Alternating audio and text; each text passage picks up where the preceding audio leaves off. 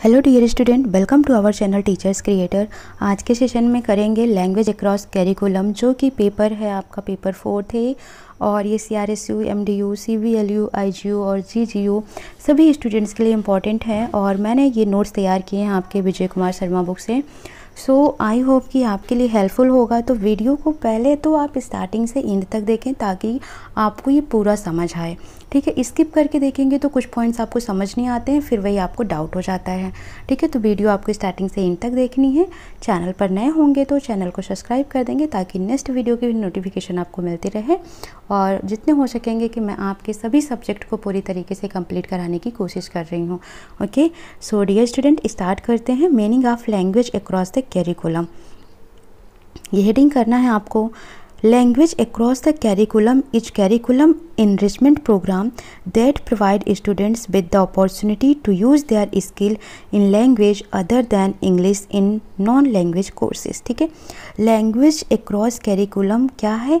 एक ऐसा enrichment programme है, यानी कि आप कह सकते हैं LAC एक ऐसा कैरिकुलम अप्रोच है, ऐसा कैरिकुलम प्रोग्राम है जो स्टूडेंट्स को ऐसी अपॉर्चुनिटी प्रोवाइड कराता है कि वो अपने जो उसकी भाषा है उस स्किल को वो डेवलप कर सके, ठीक है। ज़रूरी नहीं है कि इंग्लिश ही लैंग्वेज को डेवलप करना है, वो अपने नॉन लैंग्वेज कोर्सेज जो भी हैं उसमें वो इंग्लिश के साथ साथ अपनी सभी लैंग्वेजेज को वो अच्छे से डेवलप कर सके, अपनी स्किल, कौन सी स्किल, लैंग्वेज स्किल्स को वो बेहतरीन बना सके। इसका नाम ही है language across the curriculum approach, ठीक है। Its aim to refuse in future foreign language across the curriculum. इसका मुख्य एम क्या है, यानी कि इसका उद्देश्य क्या है? To refuse in the future foreign language across the curriculum, thus building on the skill of language proficient students in courses where authentic foreign language source are not a regular component of the curriculum, ठीक है। जो foreign language source होते हैं, ठीक है, वो हमारे authentic foreign language source जो हैं ये रेगुलर कंपोनेंट नहीं है किसी भी कैरिकुलम के, यानी कैरिकुलम के रेगुलर कंपोनेंट में क्या नहीं आते हैं? ऑथेंटिक फॉरेन लैंग्वेज सोर्सेज नहीं आते हैं, ठीक है। But would complement the course material. Thus, students can extend their knowledge of a second language beyond foreign language courses and apply those skills to course material, research and project in non-language discipline, ठीक है। तो students अपनी knowledge को extend कर सकता है, बढ़ा सकता है, किससे? एक सेकेंड लैंग्वेज से, फॉरेन लैंग्वेज के अलावा भी, ठीक है। एंड अप्लाई दो स्किल, और अपने इस स्किल को वो अपने कोर्स मटेरियल में अप्लाई कर सकता है, चाहे वो रिसर्च हो, चाहे वो किसी भी प्रोजेक्ट में हो, वहाँ पर वो अपनी इस स्किल्स को अप्लाई कर सकता है। The main meaning of language across the curriculum, ठीक है। जो लैंग्वेज अक्रॉस कैरिकुलम, इसका अगर मेन मीनिंग की बात करें तो इसका मेन मीनिंग होता है it is a term for school and college courses that allow students to study a foreign language और apply pre existing knowledge of a foreign language, ठीक है। तो ये कह रहा है कि जो LAC है ये एक ऐसा टर्म है किसके लिए? स्कूल और कॉलेज कोर्स के लिए, जो बच्चों को पढ़ाता है, क्या पढ़ाता है? फॉरेन लैंग्वेज को, या उसकी जो फॉरेन लैंग्वेज को लेकर पहले से ही जो भी नॉलेज है उसको अप्लाई करवाता है, ठीक है, outside of a traditional language learning classroom, ठीक है। Need of LAC language across the curriculum approach, इसकी नीड क्यों पड़ी? तो नोट कर लेना है, इन LAC approach is one that integrate language learning and content learning, ठीक है। तो जो language across the curriculum approach होता है ये समाकलित कर देता है, इंटीग्रेट कर देता है किसको? लैंग्वेज लर्निंग को और कंटेंट लर्निंग को। कंटेंट का मतलब जो भी ये मटेरियल्स हैं, सब्जेक्ट के टॉपिक हैं, इन सभी को सीखने में, और जो भी भाषा है, तो इन दोनों को ये क्या कर देता है? इंटीग्रेट कर देता है। There is a need for such an approach, और इस तरीके के अप्रोच की ज़रूरत थी जिसमें कंटेंट और लैंग्वेज लर्निंग दोनों को ही समाकलित किया जाए, इंटीग्रेट किया जाए। Because language can not be effectively learned without a context while learning is all subject is dependent. कह रहा है लैंग्वेज के नॉट बी इफेक्टिवली लर्नड, ठीक है। जो भाषा है उसको प्रभावी तरीके से हम तब तक नहीं सीख सकते हैं जब तक कि कॉन्टेक्स्ट हमारे पास ना हो, यानी कि हम किसी भी कॉन्टेक्स्ट के बगैर लैंग्वेज को प्रभावी तरीके से नहीं सीख सकते हैं। While learning in all subject is dependent upon language. तो जो भी सब्जेक्ट हम पढ़ते हैं, ज़्यादातर देखते हैं, तो वो सभी किस पर डिपेंडेंट होते हैं? लैंग्वेज पर डिपेंड होते हैं। Language and content are closely interrelated. जो भाषा है और जो ये कंटेंट यानी मटेरियल्स हैं, ये क्या होते हैं? एक दूसरे पर क्लोजली इंटररिलेटेड होते हैं, संबंधित होते हैं। In fact, content subject provides a context for learning while effective language development facilitate the learning of content subject। ठीक है, अगर हम वास्तव में देखते हैं तो जो कंटेंट सब्जेक्ट होता है ये हमको कॉन्टेक्स्ट लर्निंग प्रोवाइड कराता है। ठीक है, लर्निंग के लिए कॉन्टेक्स्ट प्रोवाइड कराता है। जबकि अगर हम बात करते हैं effective language development facilitate the learning of content subject. ठीक है, जो सब्जेक्ट के कंटेंट हैं उनको लर्न करने में जो ये भाषा है ये बहुत ही ज़्यादा रोल प्ले करती है, विकास करता है। ठीक है, benefits of language across curriculum. In this approach students are to minimize the problem of adjusting to new medium of instructions and to learn the subject content better।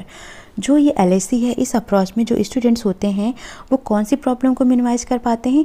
Adjusting to new medium of instructions. ठीक है, कोई भी instructions होगा, कोई नए तरीके से instructions दे रहा होगा, ठीक है, तो उसमें एडजस्ट होने में उनको प्रॉब्लम कम होती है। And to learn the subject content better, और वो सब्जेक्ट के जो भी कंटेंट है उनको बेटर तरीके से वो पढ़ पाते हैं, यानी नए मीडियम में जब वो जाते हैं तो उनको ज़्यादा प्रॉब्लम नहीं आती है लैंग्वेज अक्रॉस कैरिकुलम के माध्यम से। दूसरा, teachers also teach their subject more effectively and help students learn more effectively with the help of this approach. और जो ये अप्रोच है LAC, इससे जो टीचर है वो बहुत ही बेहतर तरीके से, प्रभावी ढंग से अपने सब्जेक्ट को पढ़ा पाता है और स्टूडेंट्स बहुत ही प्रभावी तरीके से उस सब्जेक्ट को समझ पाता है। थर्ड है, in order to construct a curriculum that empowers children to be actively involved in learning process, we need to be able to look at। ठीक है, in order to construct a curriculum, जब कभी भी एक curriculum बनाना होता है, पाठ्यक्रम बनाना होता है, ठीक है, ताकि हम बच्चे को क्या कर सकें? एम्पावर कर सकें, उनको एक्टिवली इन्वॉल्व कर सकें लर्निंग प्रोसेस में, तो हमें कौन कौन सी चीज़ें की ज़रूरत होती है? The way children learn naturally, ऐसे कौन से तरीके हैं जिससे बच्चा अपने ही आप अपने तरीके से सीख सके? What condition support and enhance learning. ठीक है, कौन सा उसको ऐसा कंडीशन दिया जाए जो उसको सपोर्ट प्रोवाइड करे और वो अपने लर्निंग को इन्हेंस कर सके, बढ़ा सके। How learners become active participant in the learning process, और लर्निंग प्रोसेस में बच्चे कैसे अपने आप को एक्टिव पार्टिसिपेंट बना सकते हैं, सक्रिय भागीदारी बना सकते हैं। In fact, learning progresses from simpler, concrete, general and more holistic form initially। ठीक है, अगर हम लर्निंग प्रोसेस की बात करते हैं तो स्टार्टिंग में इनिशियली प्रारंभ में ये कैसा होना चाहिए? बहुत ही सिंपल तरीके से होना चाहिए। कॉन्क्रीट यानी कि दिखाकर होनी चाहिए, मूर्त होनी चाहिए। जनरल यानी कि सामान्य होनी चाहिए। हॉलिस्टिक फॉर्म में होनी चाहिए। ठीक है, to more complex abstract specific and fragmented learning at a later advance stage. और जब बड़े हो जाएं, एडवांस स्टेज में आ जाएं, तब हम उन्हें कॉम्प्लेक्स, अमूर्त और स्पेसिफिक फ्रेगमेंटेड लर्निंग की बात करें उनसे, या उनको समझाया जाए या पढ़ाया जाए उस तरीके से। फिफ्थ है, holistic teachers endeavor to place the children's learning within the content of their own experience. जो होलिस्टिक टीचर्स होते हैं वो ऐसा चाहते हैं कि जो बच्चे हैं वो कैसे सीखें? जो उनका अपना खुद का एक्सपीरियंस है उसके थ्रू कंटेंट के साथ सीखें। There is a fundamental believe that when learning is meaningful children learn, क्योंकि इनका ये मानना होता है कि बच्चे तब सीख सकते हैं जब लर्निंग कैसी हो? मीनिंगफुल हो, मतलब यानी कि जो भी सिखाया जा रहा है उसका कोई अर्थ हो तो बच्चे उसको आसानी से सीख लेते हैं। Aims of language across the curriculum. ठीक है, अब इसका एम क्या है? First, the aim of LAC are, बहुत सारे एम्स हैं। पहला sorry, simply speaking to support language development in each and every child in all domain of language use. ठीक है, तो कहाँ कहाँ पर है इनका? Simply speaking to support language development. ठीक है, अगर हम साधारण से बात करें किस चीज़ के लिए इसका एम है मेन LAC का, तो इसका मेन एम होता है ये लैंग्वेज डेवलपमेंट को सपोर्ट करता है। ईच एंड एवरी चाइल्ड, सभी बच्चों में।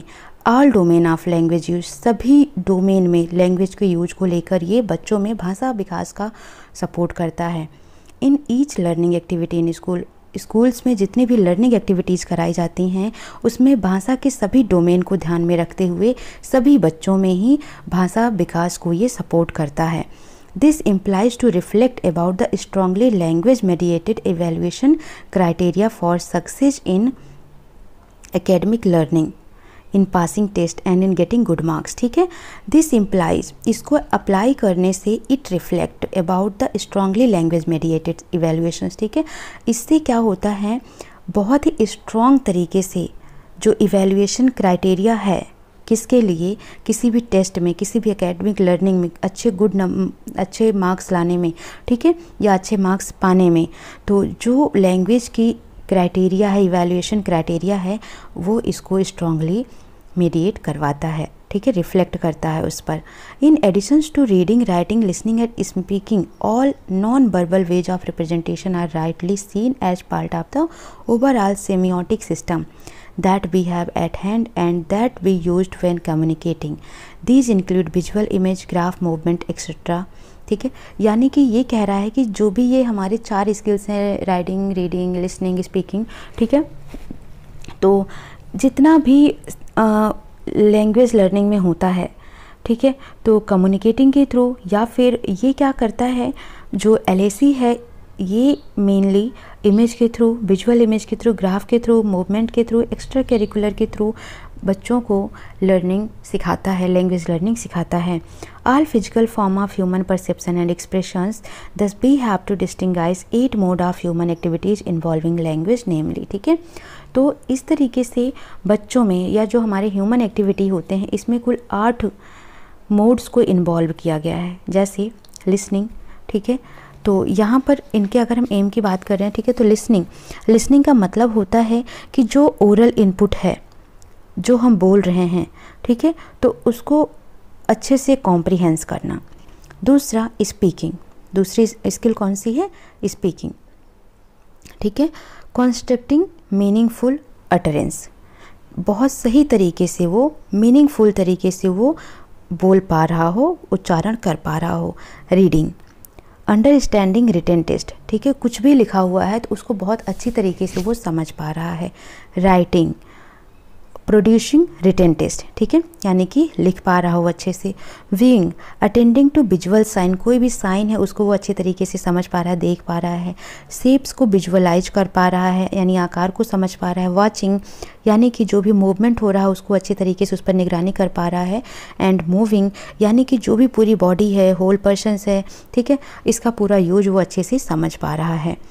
Language plays a central role in learning, ठीक है, तो जो लैंग्वेज है ये सेंट्रल रोल की भूमिका प्ले करती है किसमें, लर्निंग में, सीखने में।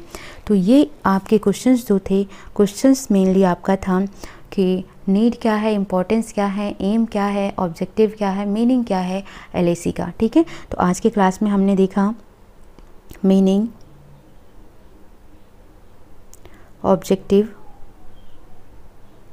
Need, aim of LAC। ठीक है, तो ये सभी टॉपिक आज हमने कवर कर लिया है। वीडियो कैसी लगी कमेंट सेक्शन में ज़रूर बताएंगे। आप प्रॉपर नोट्स बना लें और नेक्स्ट क्लास में हम देखेंगे लैंग्वेज, क्योंकि लैंग्वेज पर भी क्वेश्चंस पूछा गया है, तो बेसिकली लैंग्वेज क्या है उस पर थोड़ा सा आपको एक वीडियो उस पर डाल देते हैं। उसके बाद मल्टीलिंगुअलिज्म, क्योंकि बहुत ही इंपॉर्टेंट है मल्टीलिंगुअलिज्म, तो उस पर वीडियो बनाते हैं। ठीक है, सो मिलते हैं नेक्स्ट सेशन में, बट प्लीज़ वीडियो को लाइक शेयर सब्सक्राइब जरूर करें। Thank you for watching.